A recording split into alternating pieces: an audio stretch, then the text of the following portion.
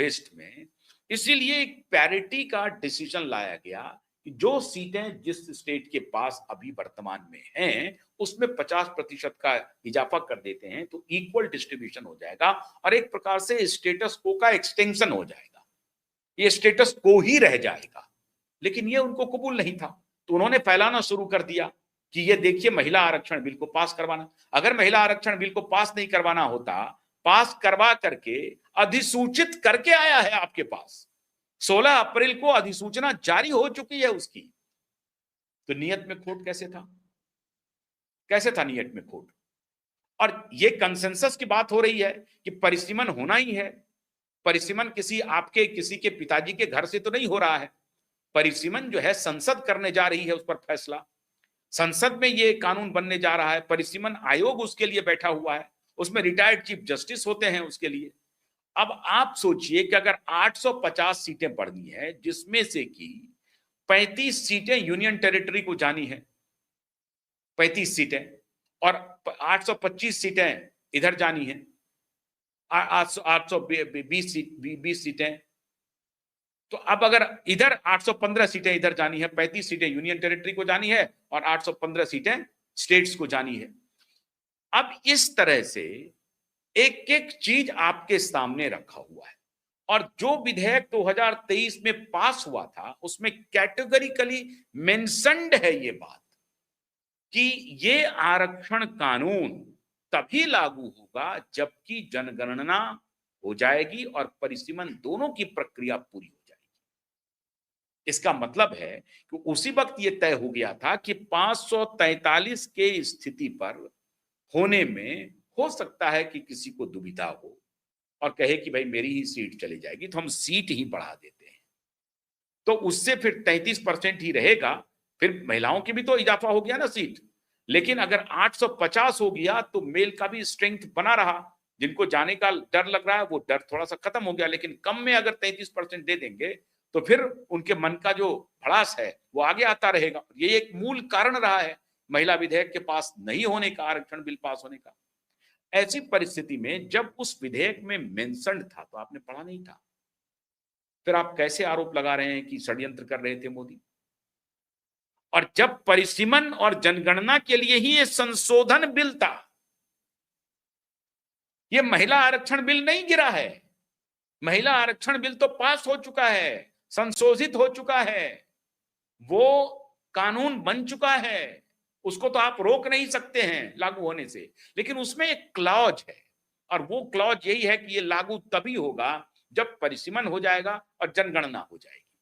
तो परिसीमन और जनगणना के बगैर भी इसको लागू करने के लिए यह संशोधन था कि ये जो क्लॉज उसमें जोड़ा हुआ है तो परिसीमन और जनगणना होता रहेगा, चलता रहेगा, लेकिन हम इसको लागू कर दें ताकि वुमेन रिजर्वेशन जो है 2029 में लागू हो जाए। ये इंटेंट थी सरकार की। ये संशोधन इसलिए लाए थे कि उसमें जो क्लॉज हमने लगा दिया है कि परिसीमन हो जाएगा तभी होगा, उस वक्त आपने विरोध किया कि आप परिसीमन आपने ला तो दिया लेकिन आपकी नियत में खोट है। आप बार बार कह रहे थे, आप चिल्ला रहे थे कि आप संशोधन, आपने कानून तो पास किया लेकिन आपको लागू करने का इरादा नहीं है। क्यों इरादा नहीं है? क्योंकि आपने क्लॉज में जोड़ दिया है परिसीमन और जनगणना होने के बाद होगी। घर की जनगणना होगी, व्यक्ति की जनगणना होगी, कितने घर हैं, कितने व्यक्ति हैं, कितने महिला हैं, कितने पुरुष हैं, कितने बच्चे हैं, कितने एडल्ट हैं, इसकी जनगणना होगी, फिर एक एक घर की जनगणना होगी और उसके बाद परिसीमन होगा और तब जाकर के महिला आरक्षण भी लागू होगा। आप ये आलोचना करते थे। अब इस आलोचना से बचने के लिए अगर मोदी ने संशोधन लाया कि ठीक है इस क्लाउज को हम हटा देते हैं और एज इट इज हम इसको आरक्षण को लागू करने की जा रहे हैं और हम कोशिश कर रहे हैं कि 2029 तक परिसीमन और जनगणना दोनों कार्य खत्म कर लें। गृह मंत्री अमित शाह ने सदन में वचन दिया, कहा कि हमारी जनगणना जारी है, हम जल्द ही जनगणना पूरी कर लेंगे और घरों की भी जनगणना जारी है। कितने आवास हैं, कितने घर हैं, ये भी हम पता कर लेंगे। इसका मतलब अगर जनगणना में आबादी निकली 140 करोड़ और घर की आबादी निकली 100 करोड़, तो इसका मतलब है कि 40 करोड़ आबादी बेघर है। आप समझ रहे हैं बात को?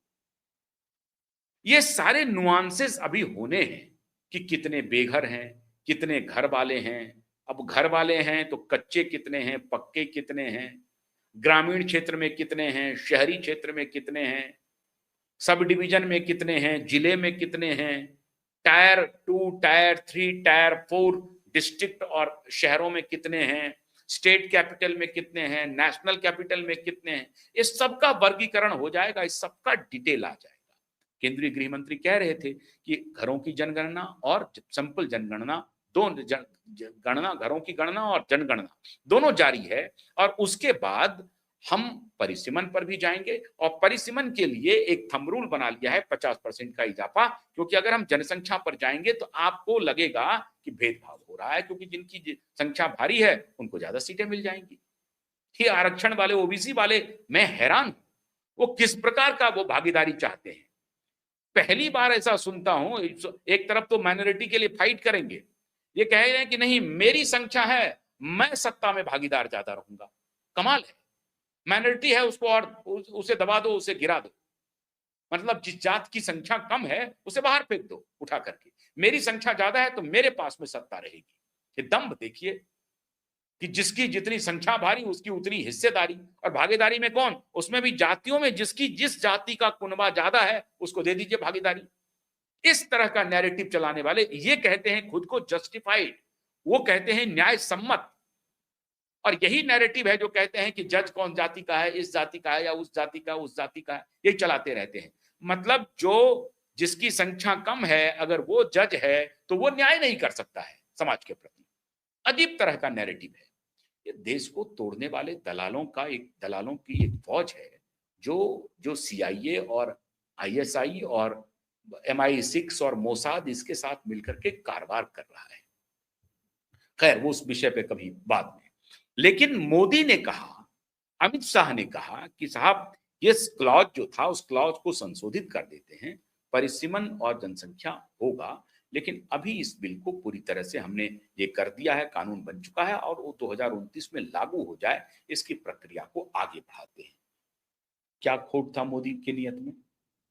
और आप ये बता नहीं पाएंगे कि मोदी लोकतंत्र पर हमला कर रहे थे, और अगर बता सकते हैं तो थ्रेडबेयर आइए और बताइए। हाँ, आप ज्यादा से ज्यादा ये कह सकते हैं कि इस पर हम लोग चर्चा कर सकते थे, इस पर एक थ्रेडबेयर डिस्कशन हो सकता था। आप कहते कि इसको थोड़ी चर्चा को आगे बढ़ा दीजिए, क्योंकि ये मामला एक पार्टी का नहीं है, पूरे देश का जुड़ा हुआ मामला है। आज जो पार्टी सत्ता में है कल नहीं रहेंगी, आज जो अपोजिशन में है कल सत्ता में आएंगी, कल हो सकता है वो ना रहे, तो लेकिन देश तो रहेगा ना, देश में राजनीतिक पार्टियां भी रहेंगी। हालांकि राजनीतिक पार्टियों का कॉन्स्टिट्यूशन में कोई प्रावधान नहीं है, लेकिन जब आप लोगों ने बना लिया है तो चलिए यही प्रेसिडेंट सही, राजनीतिक पार्टियों के सहारे ही देश चल रहा है।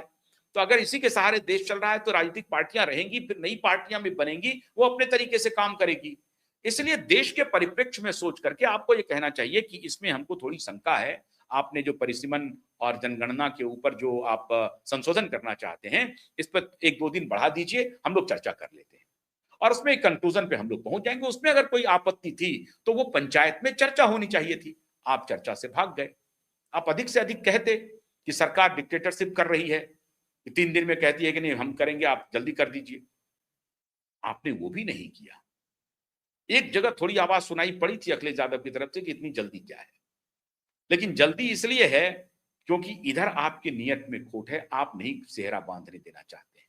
कोई भी सरकार रहेगी वो तो कहेगी कि हाँ मुझे श्रेय मिले, वो पॉलिटिक्स भी करेगी, वो चाहेगी कि जहां चुनाव हो रहा है उसमें इसका लाभ मुझे मिल जाए। आप भी रहते तो आप भी करते ऐसा, तो ये भी मोदी कर रहे हैं। इसमें कौन सी बदनीयत थी मोदी की? फिर भी मोदी ने कहा कि इसमें हम लोगों को पार्टी और पॉलिटिक्स से ऊपर उठ करके दलगत भावना से हमें देश के बारे में सोचना चाहिए और महिलाओं के बारे में सोचना चाहिए, विचार करना चाहिए। क्या बुरी बात कह दी? और अगर 2 मिनट के लिए सोच ही लेते हैं कि खोट थी, तब भी आप उनके खोट को एक्सपोज करके कहते कि फिर भी मैं ये कर रहा हूं महिलाओं के लिए। हो सकता है कि महिलाएं आपको समर्थन करती, लेकिन ये ताकत भी आपके अंदर नहीं है, वो चरित्र आपके पास नहीं है, वो नैतिक बल आपके पास नहीं है कि आप जाकर के महिलाओं के बीच में साबित कर सकें, कह सकें कि हाँ हम महिला बिल को लेकर के आए हैं, मोदी नहीं लेके आए हैं, हमने मजबूर कर दिया मोदी को महिला बिल पास करने के लिए, इसलिए हुआ है, मोदी की इसमें कोई भूमिका नहीं है। यही ताकत आप में नहीं है, ये कन्विंस भी नहीं कर पाएंगे आप। तो मोदी की नीयत पर खोद कर दो। ये बात साबित हो गई, मोदी की नीयत में कोई खोट नहीं थी। साफ हो गया। बहुत बहुत शुक्रिया। नमस्कार।